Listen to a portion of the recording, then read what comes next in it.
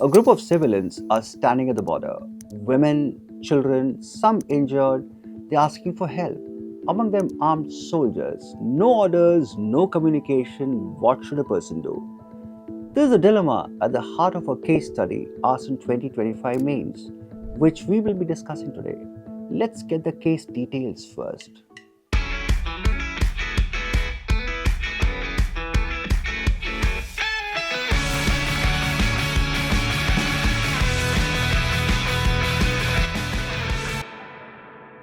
Ashok is the Divisional Commissioner of a border district in a northeastern state. In the neighboring country, the military has taken over power. A civil war is ongoing. In recent months, the situation has worsened with rebel groups taking control of areas near the border. Civilian casualties have increased. One night, Ashok receives information from the border checkpost. Around 200 to 250 people are trying to cross into India. Most of them are women and children. Some are injured and need immediate medical care. But among them, there are about 10 soldiers in uniform carrying weapons.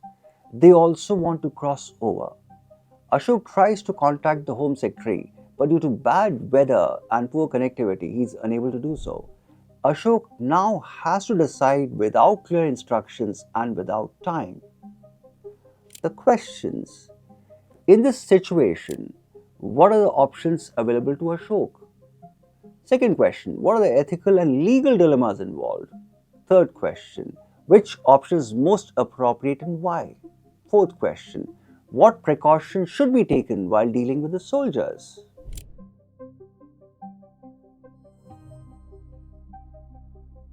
Before we answer these questions, let's step back for a moment. This is not just a border situation. It's a situation where human suffering demands a response, but security concerns cannot be ignored. On one hand, there are injured civilians who need immediate help. On the other, there are armed individuals whose presence raises serious risks, and there are no clear instructions. This is what makes the situation difficult. It is not a choice between right and wrong, it's a choice between competing responsibilities: the responsibility to protect life and the responsibility to protect the state. And all of this has to be decided in real time. Let's now look at the options available to Ashok to cope with the situation. This is not simply a question of what he can do. The word cope here means to manage an immediate crisis, balance competing risks, act under constraints, and maintain control over a situation that is unfolding in real time. So the options are not just choices, they are ways of handling the situation. One option is to deny entry to the entire group. This would maintain strict control over border and eliminate immediate security concerns. But it would also mean refusing help to injured civilians who urgently need care. A second option is to allow everyone to enter. This would address the humanitarian need immediately, but it would also expose the system to serious security risks, especially with armed individuals entering without verification. A third option is to adopt a controlled and selective approach. Allow civilians to enter, provide medical assistance, and at the same time restrict, disarm, and closely monitor the soldiers.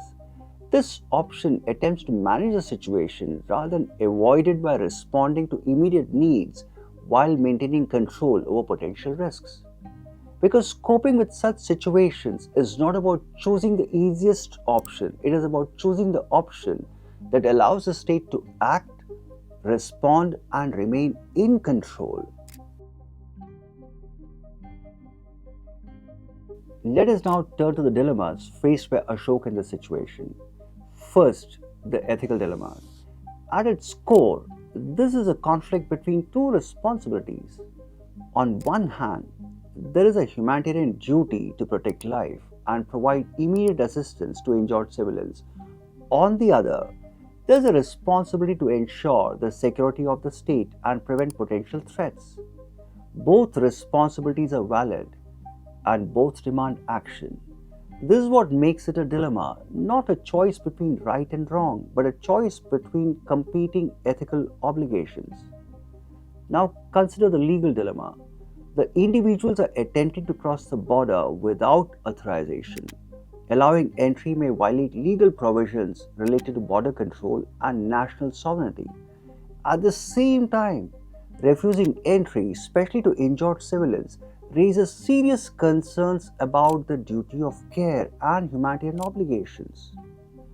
Ashok also faces a situation of uncertainty. He is unable to contact higher authorities and does not have clear instructions. So he must act within the law but without guidance. This creates a legal dilemma between strict enforcement of the law and the need to exercise discretion in an emergency situation. Now, the next question: which of the options would be more appropriate for Ashok to adopt and why? The most appropriate option is a controlled and balanced approach. Ashok should allow women and children to enter and ensure that the immediate medical care is provided to the injured. At the same time, the soldiers must be separated, disarmed, and kept under strict control. Their movement should be restricted and their presence carefully monitored. Higher authorities should be informed at the earliest opportunity. This option is more appropriate because it responds to the two most urgent concerns at the same time. First, it protects human life. The civilians, especially women, children, and the injured, cannot be left without assistance when immediate help is possible. Second, it does not ignore the security dimension of the case. The armed soldiers are not treated in the same way as the civilians. They are separated, disarmed, and kept under watch. This is important because the situation does not justify either of the two extreme responses. To deny entry to everyone would be inhuman in the face of urgent suffering. But to allow everyone to enter freely would be irresponsible from the point of view of border security. So this option is preferable because it is proportionate, it gives relief where relief is necessary and applies restraint where restraint is necessary. It also reflects sound judgment under uncertainty. Ashok does not have clear instructions, but he still has a duty to act responsibly. In that sense, this option allows him to preserve both humanity and security as far as the situation permits. Now to the final question. What are the extra precautionary measures to be taken by the border guarding police while dealing with the soldiers in uniform? The situation requires a careful and controlled response. The soldiers must be disarmed immediately upon entry. Their weapons must be secured separately to eliminate any immediate threat. They should be kept separate from the civilians to prevent any interaction that may complicate the situation. Their identity must be verified through available records and intelligence inputs. They should remain under continuous surveillance and their movements must be strictly restricted. No independent movement should be allowed until their status is clearly established. These precautions are necessary because the presence of armed individuals introduces a different level of risk.